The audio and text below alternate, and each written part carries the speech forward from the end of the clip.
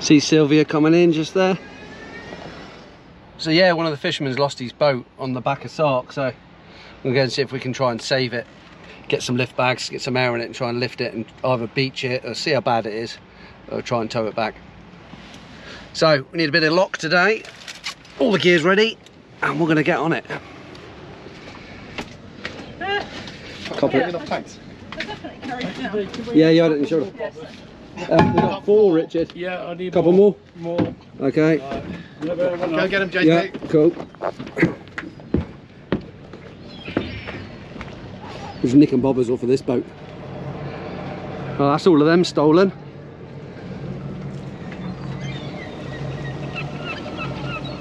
Let's get ready to go. Whew.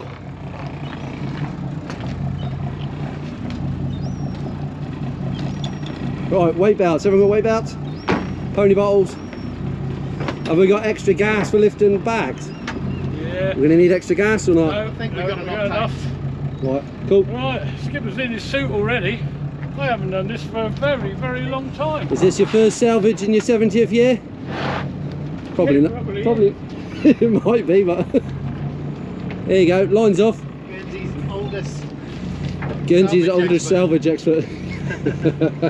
We'll get it done. Right, you coming or you staying? Let's go. Let's go. Let go aft. And if you can still put that on. Let go aft. Hang on, Den. Aft on. Get ready. Bob's in. And then warp speed 12 to get up there.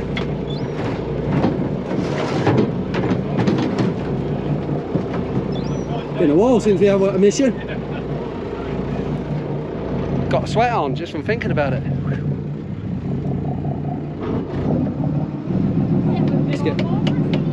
Let's get ready.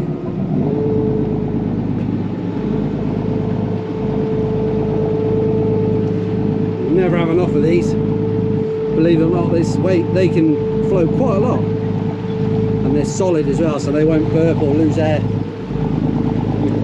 Choke them in tight like that to the rails, and well, not so much the rail but something hard on one of the cleats or tight to the engine. So what's happening, Matt? I'm going to get my suit on, you're going to stay topside. Yeah. And then yeah, there'll only be 2 of us in the water. Okay, that's I'm the not sure what you have to get on. You can get all your gear ready. Yeah. Put it on that side of the boat. Yeah. Out of the way. Just see how we go. Right, cool.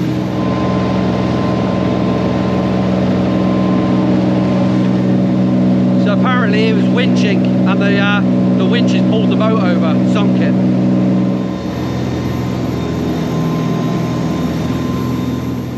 As with most things, Richard is making decisions as the information comes in. So the story has already changed since we first heard it. We heard it was on rocks and it was sinking and it was on the east side of Sark. None of that's really true. Yes, it's sunk, but it's probably on the surface and it's anchored to the gear, and it's on the west side of Sark. It's on this side of Sark, which is better because we thought it was on the other side. This fine figure of a man is our diver driver. His name is Dennis McCain. He'll be doing the boat for us today. You need someone that you can rely on big time when you do stuff like this.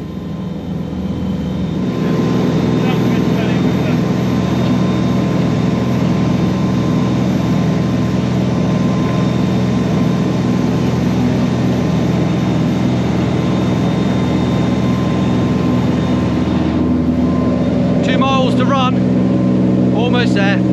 Apparently the boat is laying up in the just below the surface, so it might be an easy salvage, this one.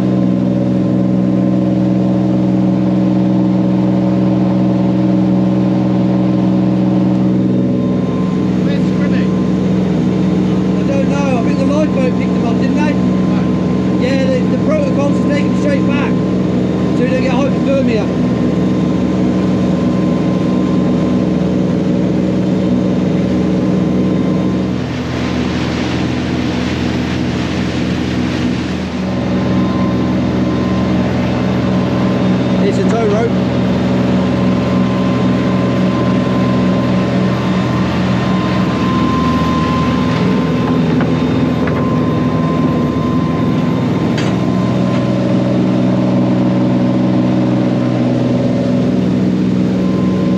a beautiful place to have a shipwreck, right near the faux gothical castle. Mock, that's what it's called, a mock castle.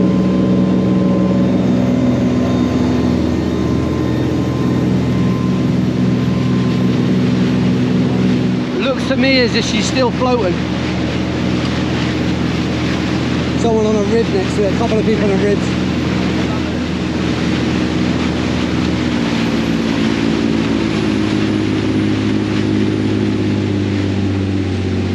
You can just see the front of the boat there, just sticking up out the surface.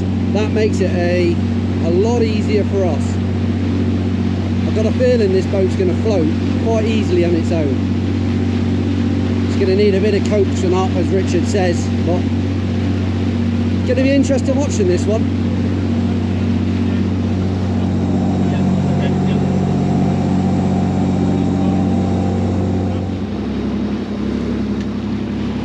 So this is going to be a little bit of a mission. Something a bit different. I know it's a little salvage. It's only a little salvage for Richard, I know that. He's used to doing bigger stuff than this, like the Elwood Mead and the Prosperity and the Orion rig. So we'll see how he does with this one.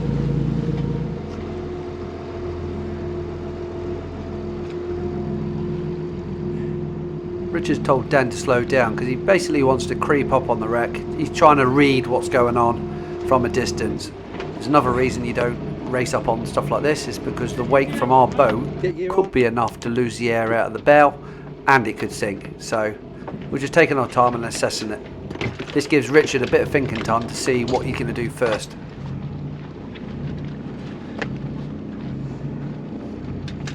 There's no divers on that, Matt. Isn't there? No, there's no divers there.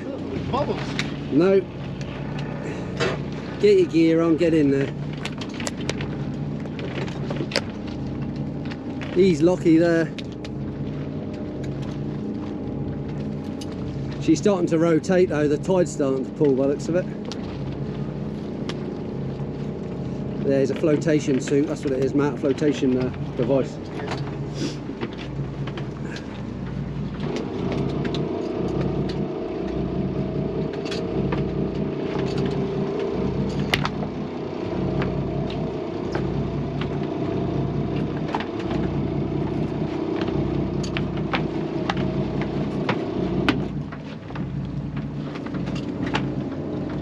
Starting to wander. Just put some money water in there, please. Yeah.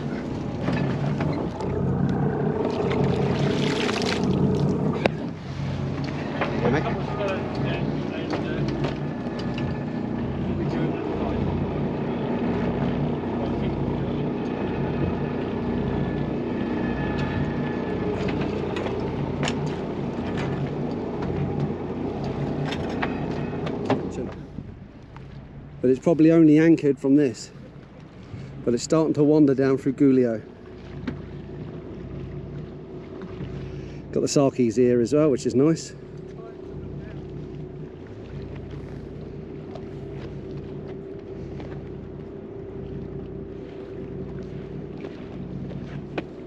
At least the visibility looks good.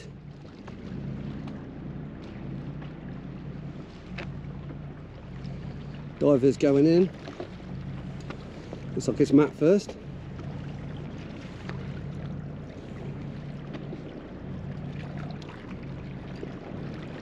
It's never nice looking at a boat like this. It's horrible.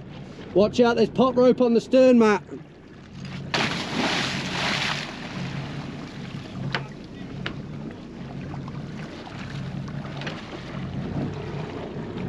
Just listening to Richard, he's going to get Matt to tie that right up the bow because you don't want that dropping down. So it's not actually touching the bottom, it's actually still floating because it's we'll have the diving 20 meters.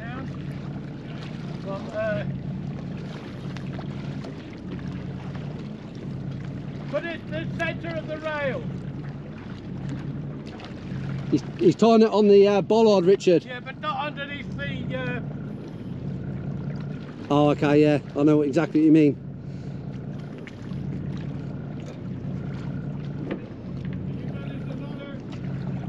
Yep, I got that down, leave it to me. I'm on it. Ladder on now, Richard? Wait for you to Yeah, go in. ladder on.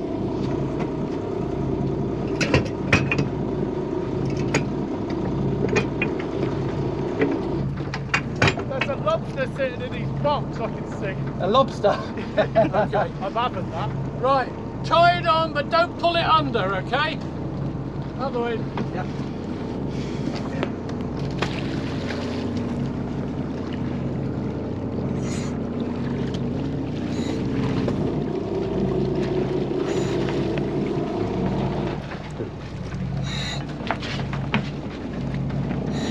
okay, Dan, I'm going over. Diver in.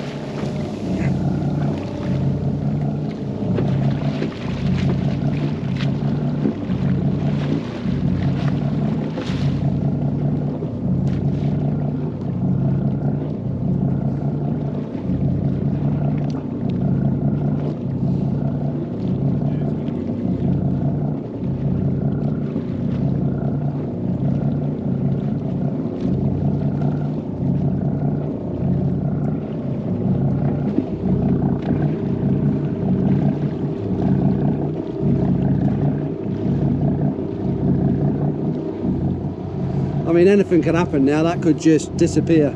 Yeah. So it's still quite tense at the moment.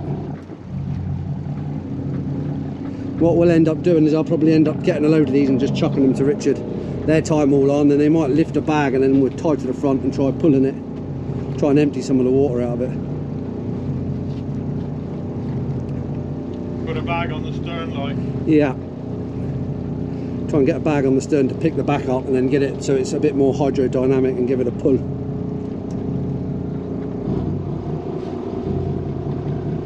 I'm going to get asked any second, they're going to come up and ask for another buff.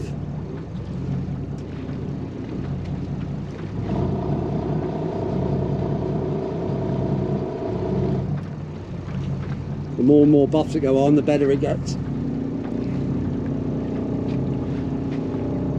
The reason it's sitting like that is because there's air stuck in that bail area. There's nowhere for it to come out. It's a trapped pocket of air.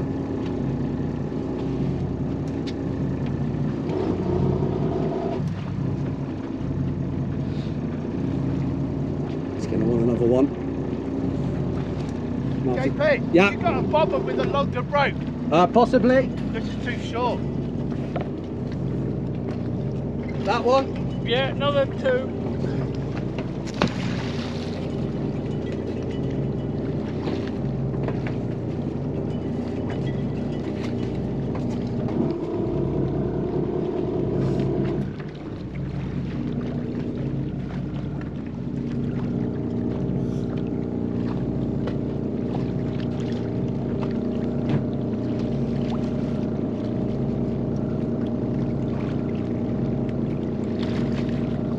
Richard's taking your big. That's a bit short. Richard's taking yours. Need a long strop. JP, that blue one looks long. The long. These, Richard. Which one? What does Richard want? The long strops. What's the strop? That's that one. That's got a long one. Yeah. Matt, long strop.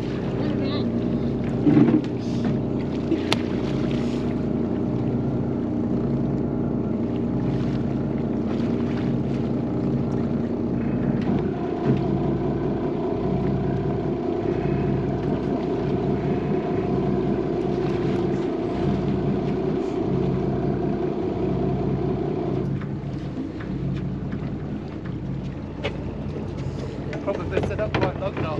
Well, I've lengthened that one. Yeah, Want another one, yeah? yeah. Another one coming.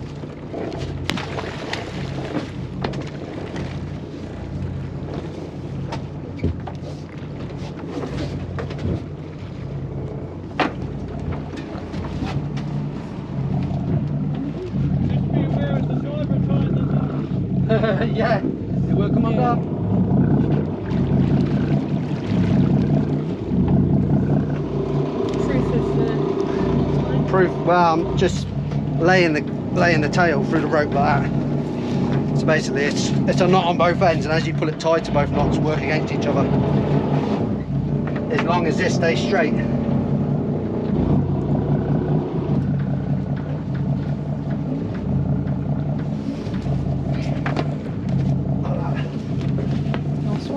Richard, I've got a very long one there.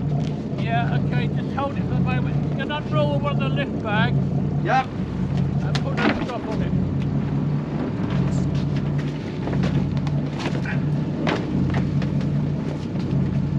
Come on.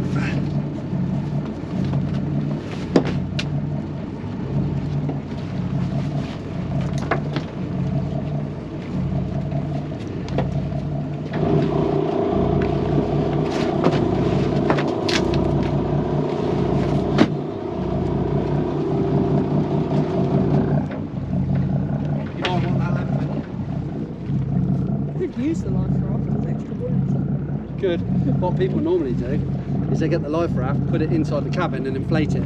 So it inflates inside the wheelhouse. I suppose that's only okay if you know someone's Well, you know, because otherwise you would need it. yes, the capacity of the life raft might not be enough to keep it afloat. He's anchored somehow. He's definitely anchored to that den, look. Yeah. Still hanging on the gear. I reckon he's got the gear in the sleigh, and I reckon that is just the tail that's slowed down. That tide's starting to pull now. Yeah, he's bringing the life raft over. Thought he would. Richard, we got 4 foot I strops. don't need the lift bag at the moment. Just What? pick me up. Okay. You saying? Pick me Pick up. him up. Pick him up.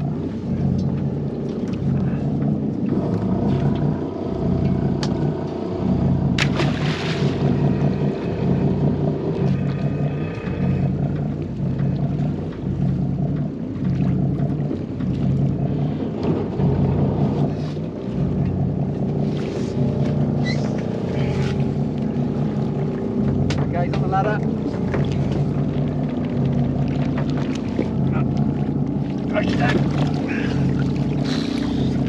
You alright?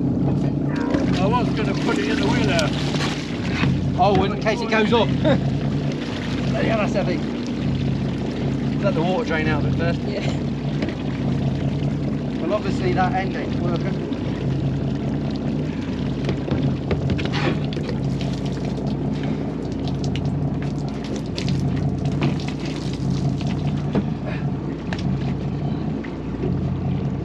This isn't going to go off, is it, Richard? Yeah, don't going to go off. Just leave it. Put it down out the way. Okay.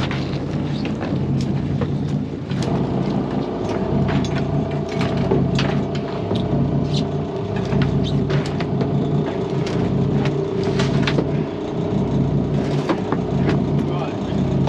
Fresh bottle for me. Fresh bottle. Down here. Where are your bottles? Down here.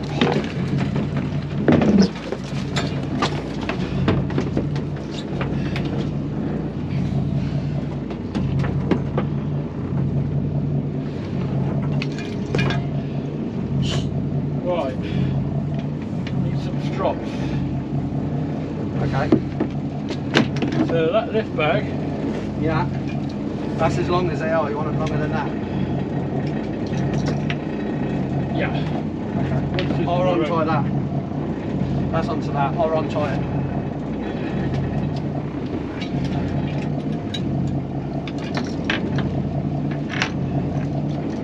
Okay. Fresh bowl. Right.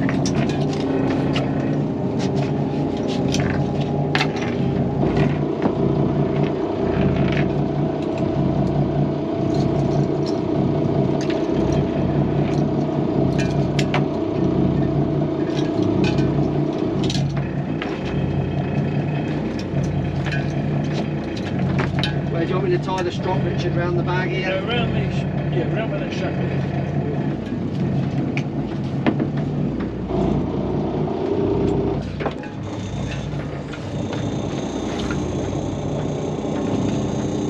Right.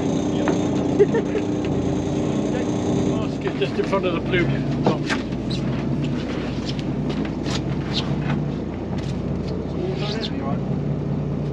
Now you can probably go in when this comes up. We can get in, yeah? Okay. Cool. Okay.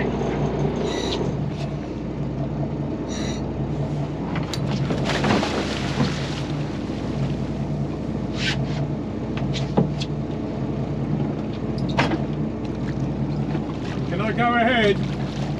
Wait there. Yeah, go ahead, Dan. Go ahead. Straight now, Dan. Richard's next plan is to get everything off the deck, because the moment we start towing this, we do not want to be losing this stuff. Once we start our tow, we can't stop, especially to turn around and pick up fish crates. You got boat mesh? I've got one if you want to take the other.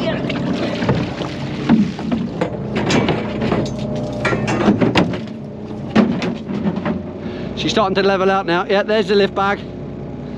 See, the issue is now, you see all the bubbles that have come out that wheelhouse? That's my air being lost. That's the air being lost and that buoyancy being lost.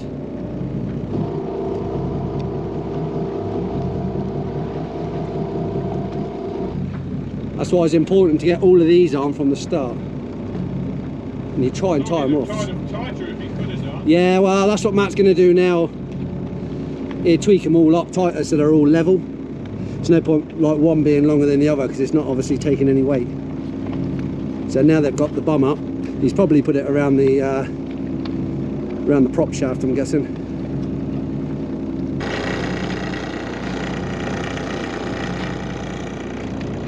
Now Richard's pulled off his plan. He's basically getting Matt to do the easy job now of just tightening all the ropes up so all the buffs are at the same length so it floats level.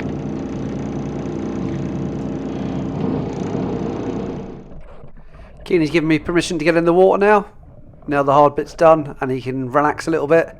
Now I can show you some of this underwater footage. The water isn't that deep here actually, I can see the bottom, but it's so sad to see a boat like this. Especially as I know the fishermen have spent a lot of time and a lot of money getting this ready. So yeah, for me, knowing the backstory, it's heartbreaking.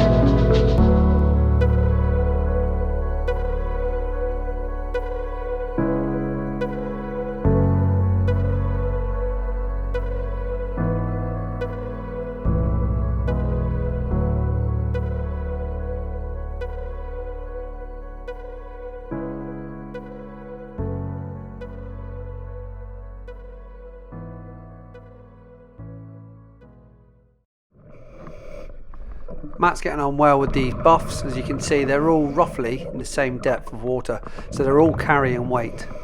Just going to pop my head up onto the deck and have a little look.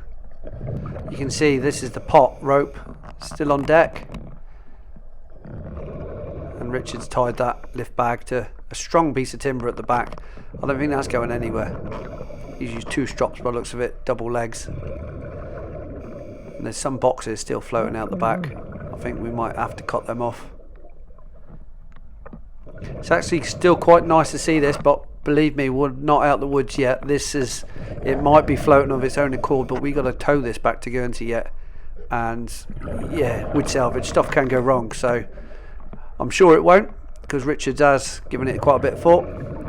It's actually quite nice to be diving it. There's very, very, very little pollution for this, which is very surprising me, because some of the other salvages I've been on, there's been diesel floating around everywhere, some oils and stuff, but this looks really good. It's good signs. Quite happy to be swimming around this, even in a 2,000 pound dry suit. I wouldn't be in the water if there was any type of contamination at all. And you can see Matt's doing a great job. So what's next?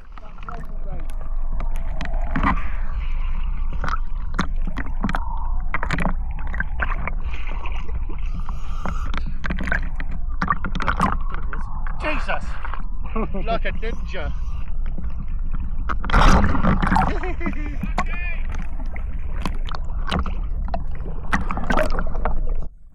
The next task is to get what Richard calls a tail line. I wasn't quite sure what this thing was, but it makes perfect sense to me now. This is a length of rope that's at least 50 meters in length. Matt would tie this on the stern, so this in effect would be towed out the back of the boat. Now, why has he done that? The reason for this is if we do lose the buoyancy on this boat and it does sink, the Great Russell, which is just to my right hand side, is up to 50 meters in depth. This line will go back to the surface, which will mark the shipwreck. Even if it does sink there in 50 meters, don't worry, we'll be back. We will get it 50 meters as well within range, and we'll have to add on some more lift bags and stuff and just take it from there. But this is all stuff that might happen, so you've got to be prepared for the stuff that might happen as well as the stuff that's happening. You can see there's some of the fish crates inside. Unfortunately, the fisherman's definitely lost his electrical gear in there. That's going to be very, very expensive to replace. That's very unfortunate. Next thing, Richard's going to get his faithful strop out and his tow line.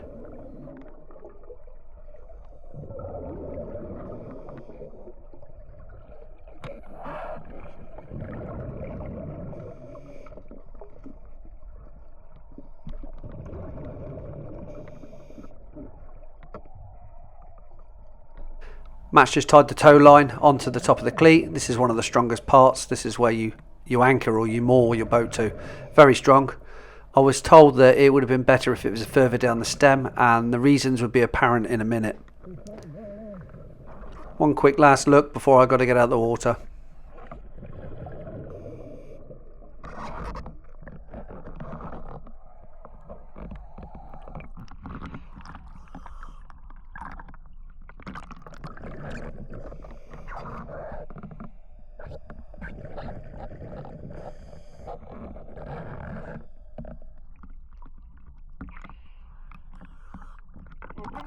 That's it. Richard's given me the arm. I've got to get out now. I'm not going to swim past that tow line. I'm going to go around the other side. In an ideal world, we'd try and want to lift the boat a bit higher out the water, but we've got to work with what we've got. The only time points are the railings. They are strong enough to take the weight, so we're stuck with the situation we've got.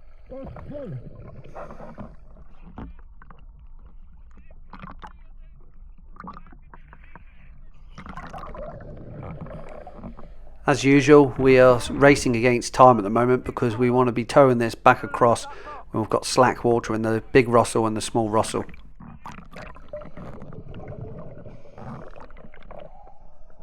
It's not anchored. One last check. We need to make sure that this boat is definitely not anchored anywhere to the seabed or any of the fishing gear. One last thing we need to be doing is trying to tow this when it's still connected to a load of pots. Don't worry, this bit of rope that's going down towards the sandy seabed is the tail rope.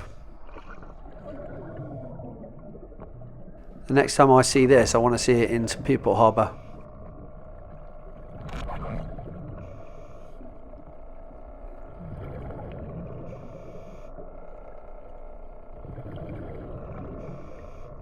I've got to say the conditions for this are absolutely incredible. We got completely flat calm waters, hardly any tide, and as much sunlight as we can get.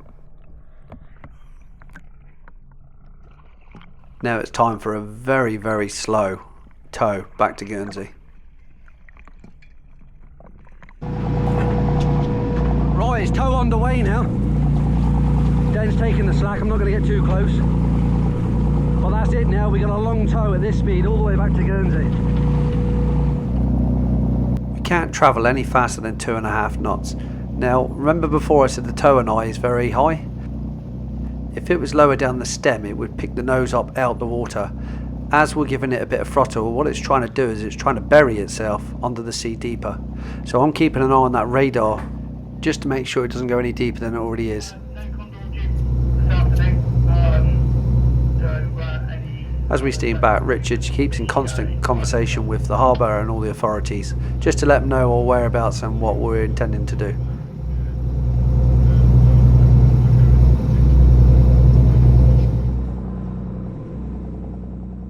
As the sun sets, Dennis and Richard are still making plans, making decisions of which route to take. The boat we're towing is drawing about 10 feet of water. We can't be going through any little passages that are shallow, otherwise we will drag the boat over rocks or sand. Also, they know what's happening with the tides. We've been lucky across the Great Russell because it's been fairly slack, but as we turn into the small Russell, we're going to be starting to head into the tide.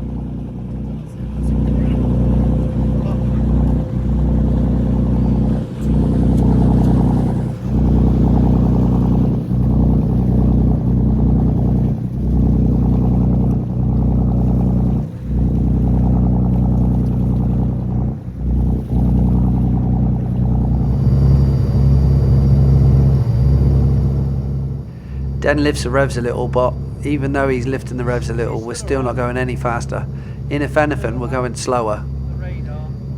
Now we've got the action of the tide pushing against the boat as we tow.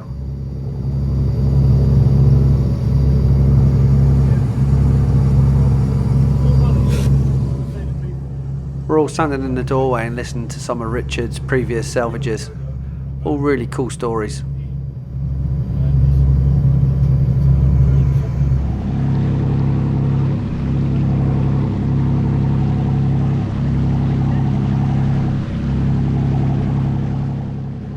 We really need to be getting into the harbour before that sun sets.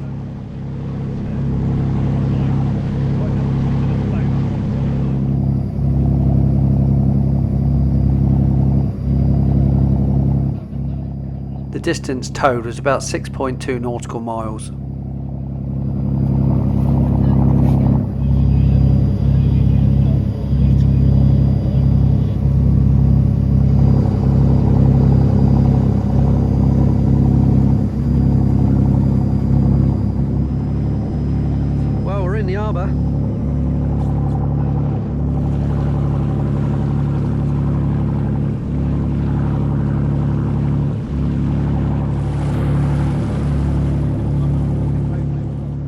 One of the harbour dories is coming to greet us, and he's basically going to pick up that stern rope.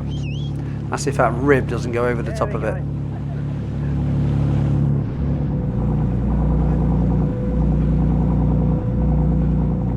The skipper of the salvage vessel turns up and a load of other fishermen give him a hand. Now Richard's got a very complicated manoeuvre to do. It's a narrow channel. It could actually touch the bottom here, and we've got a 90-degree bend to go around. It's a successful mission. We've chucked the heave lines to the boys that are on the quay, and they're going to slowly pull it against the side of the quay. And this mooring is actually Richard's mooring, and Richard's kindly allowed him to keep it on it overnight. Last little bit. Basically, it just needs to go from there to there.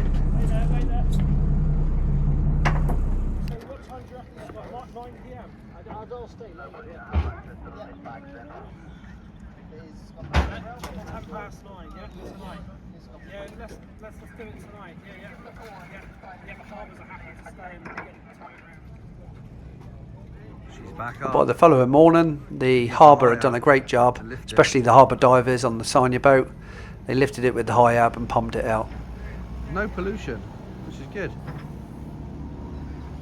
Thanks for taking time to watch that salvage. I'd like to thank the Guernsey Harbour because they've done a cracking job and all the authorities involved. And I wish the skipper good luck in getting his boat back together and getting back out fishing again. Thanks a lot, and I'll catch you on the next tide.